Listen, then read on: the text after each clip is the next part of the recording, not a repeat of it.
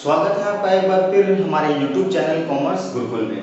और कल जो मैंने टॉपिक पढ़ाया था आपका, मतलब इससे पहले का जो टॉपिक था हमारा, उसमें हमने ख्याति को ख़त्म किया था।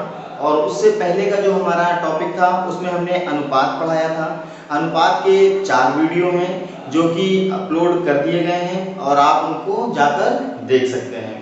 और दूसरा टॉपिक मैंने पढ़ाया था आपको गुडविल, जिसके 5 मेथड हैं और उसके पांचों के मेथड जो है हमने अपलोड कर दिए हैं। अगर आपको उन वीडियोस को देखना है तो डिस्क्रिप्शन बॉक्स में उनका लिंक मिल जाएगा और आप उनको देख सकते हैं। ठीक है, बहुत ही सरल तरीके से बताने का प्रयास किया गया है उसमें। और आज से हम स्टार्ट कर रहे हैं प्रैक्टिकल क्वेश्चंस। ठीक है, ये आपके साझेदारी प्रवेश का पहला क्वेश्चन है, क्रियात्मक प्रश्न का पहला क्वेश्चन है जिसमें रेशियोज को पूछा जाता है। और अगर आपके पास बुक होगी तो आपको ये क्वेश्चन देख के ही समझ में आ जा रहा होगा कि ये कौन सा क्वेश्चन है। ठीक है, और कल जो है बच्चों का रिजल्ट आया है, बहुत अच्छा रिस्पांस रहा है बच्चों का। जिन बच्चों ने मेहनत की है उनके अच्छे मार्क्स आए हैं, जिन्होंने नहीं मेहनत की थी जिन्होंने ज़्यादा सीरियस नहीं लिया था वो भी पास हो गए हैं। ठीक है, तो मेरी बहुत बहुत बहुत ज़्यादा शुभकामनाएं जिन बच्चों ने पास कर लिया है और जिन्होंने नहीं पास किया है या जो किसी कारणवश किसी सब्जेक्ट में फेल हो गए हैं। तो एक न्यूज़ आई थी गवर्नमेंट की साइड से कि एक सब्जेक्ट में अगर आप फेल हैं तो आप कंपार्टमेंट फॉर्म फिल कर सकते हैं। ठीक है, तो ये चीज़ का है, थोड़ा सा अगर आप वीडियो देख रहे हैं तो आप जाके उसको एक बार पता कर लें। अगर आप एक सब्जेक्ट में किसी वजह से आपका मार्क्स कम हो गया है, फेल हो गए हैं, तो आप उसको फॉर्म फिल करके कर सकते हैं। ठीक है, उसका एग्जाम होगा और फिर उसके बाद आपका रिजल्ट आ जाएगा, पास हो जाएंगे।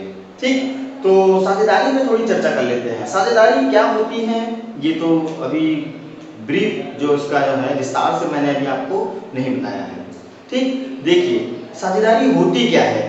जब कोई साझेदार पार्टनरशिप फर्म में प्रवेश लेता है, ठीक है, उसके प्रवेश के समय जो समायोजनाएं, जो घटना घटित होती है फर्म के अंदर, उसी को हम साझेदारी प्रवेश की प्रक्रिया मानते हैं। जैसे कोई साझेदार साझेदारी फर्म में प्रवेश लेता है तो वो मूल रूप से क्या क्या चीजें लेकर आता है, तो मैं आपको लिख के बता देता हूं। जब नया साझेदार फर्म में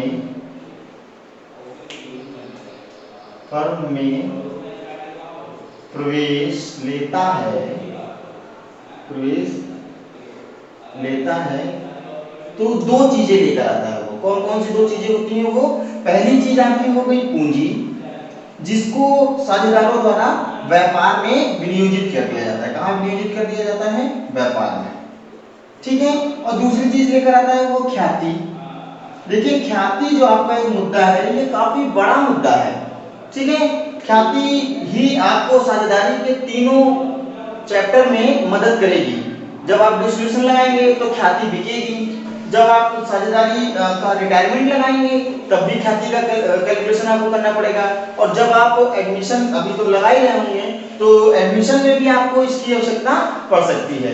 तो ख्याति जो लेकर आता है उसको हम अलग कई नामों जानते हैं। जैसे एक नाम उसका हो गया प्रीमियम, ठीक है, एक तो गुडविल बोलते हैं इसको, ठीक है, लेकिन साझेदारी प्रवेश में हम उसको प्रीमियम के नाम से डिनोट करते हैं। ठीक है, साझेदारी प्रवेश।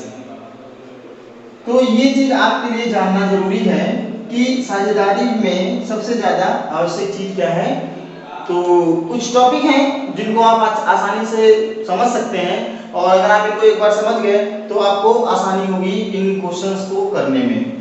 तो थोड़ी चर्चा कर लेते हैं साझेदारी पर। तो साझेदारी क्या होती है? साझेदारी में नया साझेदार जब प्रवेश लेता है तो किन किन चीजों पर प्रभाव पड़ता है, साझेदारी के लक्षण क्या होते हैं, साझेदारी किन किन परिस्थितियों में अवैध घोषित हो जाती है, साझेदारी के उद्देश्य क्या होते हैं, इन सब विषय पे थोड़ी सी चर्चा करेंगे। देखिए मैं पूरी कोशिश ये करता हूं कि आपको जितना से जितना मटेरियल मैं प्रोवाइड कर रहा हूं वो सारा का सारा जेन्युइन हो, मतलब कि एकदम शुद्ध हो। ये नहीं कि मैं अपनी तरफ से कुछ ऐड कर दूं। हाँ, मैं अपने एग्जांपल्स देके आपको समझाने की कोशिश जरूर करूंगा, जिसके माध्यम से मुझे लगता है कि आपको आसानी से और थोड़ा जल्दी समझ में आएगा।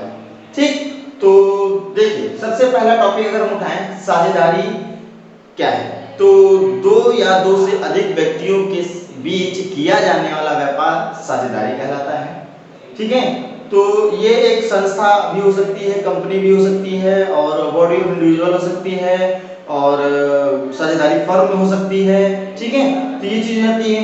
दूसरी बात अगर हम करें कि आपका साझेदारी के लक्षण क्या होते हैं, तो साझेदारी के लक्षण में मैंने आपको बताया कि पहली चीज कि दो या दो से अधिक व्यक्तियों का होना आवश्यक है। एक व्यक्ति साझेदारी नहीं कर सकता, वो तो फिर एकाधिकार का व्यापार हुआ, जिसको हम इंग्लिश में मोनोपोली कहते हैं। ठीक है, तो ये चीज है। दूसरा पॉइंट है, साझेदारी फर्म में जो भी काम किया जा रहा हो उसका उद्देश्य लाभ कमाना होना चाहिए। ठीक है, तीसरा पॉइंट, जब दोनों साझेदारों के बीच जो अनुबंध होता है तो उसका एक कोई ऐसा अनुबंध होना चाहिए जिसमें जो लाभ होता है उसको एक अनुपात में दिया जाना चाहिए। ठीक है, और फिर इसके बाद अगला आपका पॉइंट है जिसमें साझेदारी द्वारा या साझेदारों द्वारा लाए गए जितनी भी उनकी पूंजी होती है उसके आधार पर उनका व्यापार जो है वो किया जाना चाहिए। ठीक है, अच्छा, साझेदारी जो है विघटित कैसे हो जाती है थोड़ा सा बताऊंगा इसके बारे में। देखिए, साझेदारी विघटित जब होती है जब फर्म लगातार या निरंतर कई वर्षों से लाभ को वहन कर रही हो, तब क्या होती है, साझेदारी विघटित हो जाती है।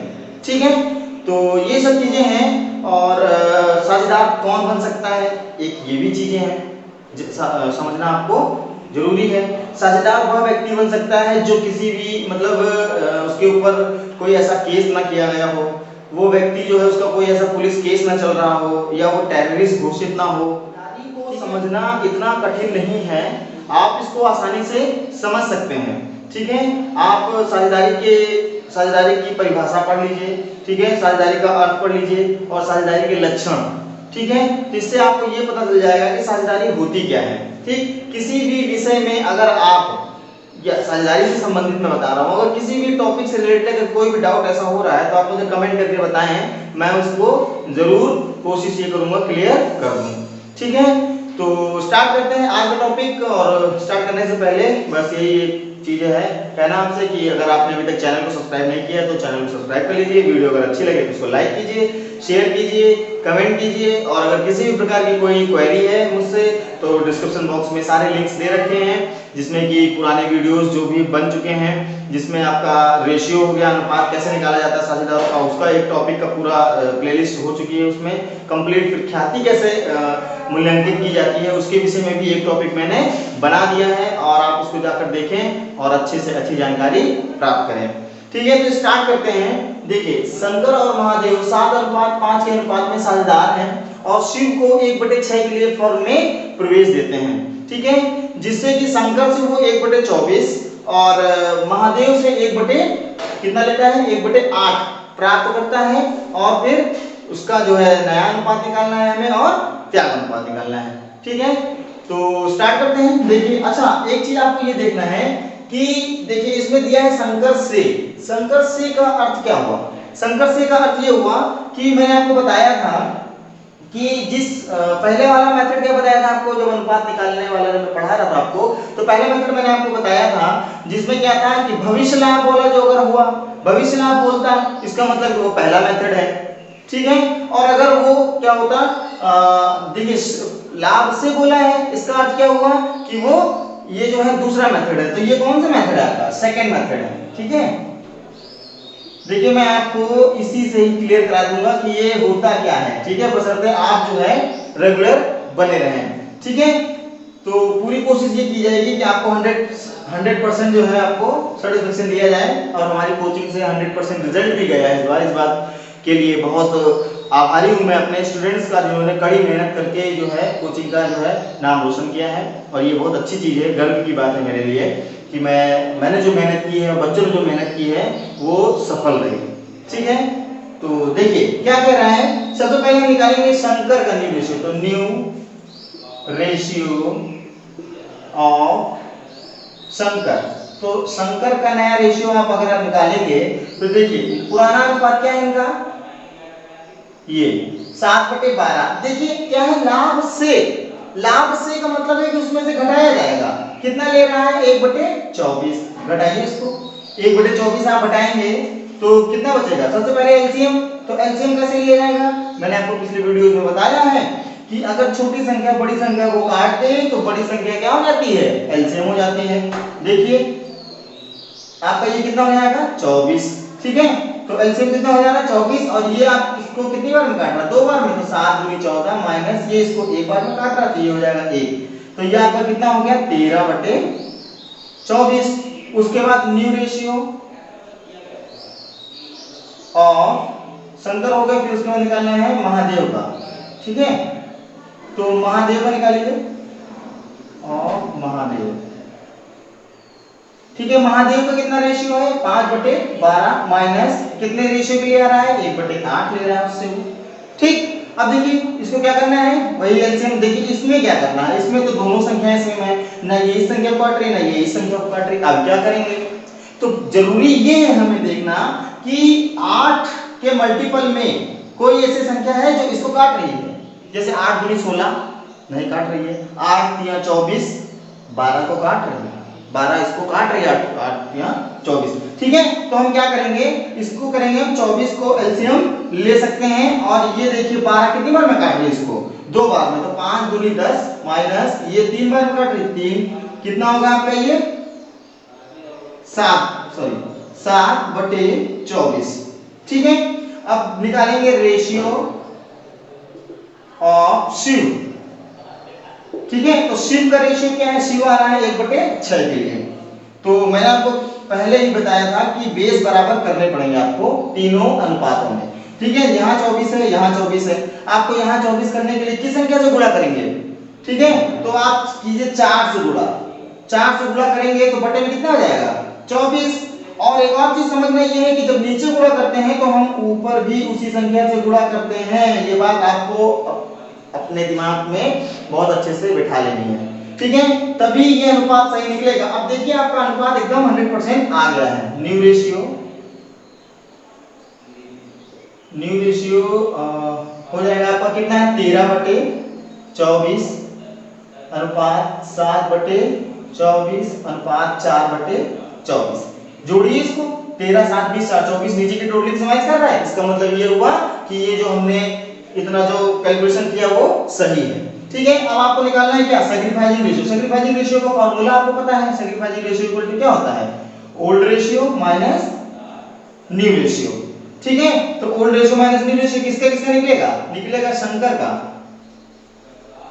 शंकर का ओल्ड रेशियो क्या दे रखा है आपको पता है? 7/12 माइनस पूरा नया रेशियो क्या दे रखा है? 13/24। कैलकुलेट कीजिए इसको, एलसीएम 24 2 बार में काट रहा है 14 माइनस ये एक बार में काट रहा है तो ये 13 ही रहेगा। कितना हो जाएगा? ये 1/24। एक आपका ये निकल गया। महादेव है ना, महादेव का क्या है पुराना रेशियो? 5/12, 5/12, ठीक है, माइनस नया रेशियो 7/24, ठीक। तो ये आप इसको कैलकुलेट कीजिए, एलसीएम कितना आ जाएगा? 24। ये इसको काट रहा है 2 बार में तो ये कितना हो जाएगा? 5 दूनी 10 माइनस ये एक बार में काट रहा है तो ये 7, कितना बचेगा? 3, 10 में से 7 घटाएंगे 3 बचेगा 24। ऊपर वाली संख्या लेनी है। मैंने आपको त्याग अनुपात में बता रखा है चारों मेथड में कि अगर आप त्याग अनुपात निकाल रहे हैं तो आपको त्याग अनुपात का ऊपर वाला जो है ऊपर वाली जो संख्या है वही लेना है। तो अनुपात क्या आ गया आपका? 1/3।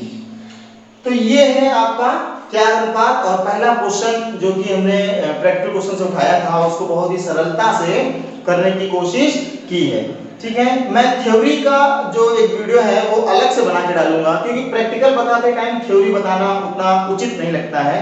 क्योंकि अगर आप प्रैक्टिकल देख कर आए तो आप प्रैक्टिकल देखें और उसकी नॉलेज लें, ज़्यादा सही है। थ्योरी के लिए अलग वीडियो बनाऊंगा, उसको आप आसानी से बैठकर समझ सकते हैं और उसमें जो भी आपकी नोट्स बनाने होंगे आपको वो आप नोट्स बना सकते हैं। वैसे मैं कोशिश करूंगा, स्टूडेंट्स आना स्टार्ट हो गए ऑफलाइन बैचेस में तो थोड़ा सा डिले भी होगा वीडियोस पढ़ने में, लेकिन कंटिन्यूअसली वीडियो पढ़ती जरूर रहेगी क्योंकि मैं कोशिश यही करूंगा कि मैं एक बैच जो है वो YouTube पर भी चलाऊं, ठीक है। मैंने देखा है कई चैनल्स हैं जिनमें केवल एक ही चीजें पढ़ाई जा रही हैं और एक ही टॉपिक को लेकर काफी दिनों से पढ़ाया जा रहा है। अपना कुछ ऐसा सिस्टम नहीं है। आपको सब चैप्टर सारे चैप्टर पढ़ाए जाएंगे, जितने सब्जेक्ट हैं कॉमर्स के वो सब कॉमर्स के सब्जेक्ट पढ़ाए जाएंगे और बहुत जल्दी ही 11th की जो क्लास रोक दी गई है वो भी आगे बढ़ाई जाएगी और बीकॉम की भी क्लासेस स्टार्ट होने वाली हैं। ठीक है, जैसे ये लॉकडाउन का जो प्रक्रिया है वो थोड़ा सा ओपन हो ठीक से, क्योंकि अभी तो कुछ ऐसा आ रहा है, यूजीसी ने